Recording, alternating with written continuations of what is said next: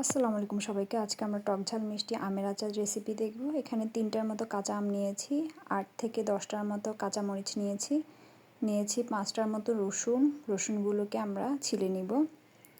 এরপর রসুন আর কাঁচা মরিচকে আমরা আধা ভাঙা করে নিব ব্লেন্ডার জারে নিয়ে। এখানে নিয়েছি 2 চা চামচের মতো পাঁচফোড়ন আর একটি শুকনো মরিচ। এখানে 1 চামচের মতো সরিষা নিয়েছি। সবগুলোকে আমরা ব্লেন্ডার করে নিয়েছি ব্লেন্ডারে। এরপর নিয়েছি এখানে হাফ চা চামচ লাল মরিচ, স্বাদ মতো লবণ, হাফ চা চামচ হলুদের গুঁড়া এবং 2 চা চামচ চিনি। এখানে আমরা কাঁচা আমগুলোকে আধ ভাঙা করে নিয়েছি ব্লেন্ডারে।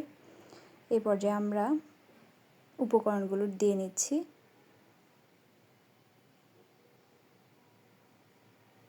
সবগুলো উপকরণ ভালোভাবে মিশিয়ে নিচ্ছি।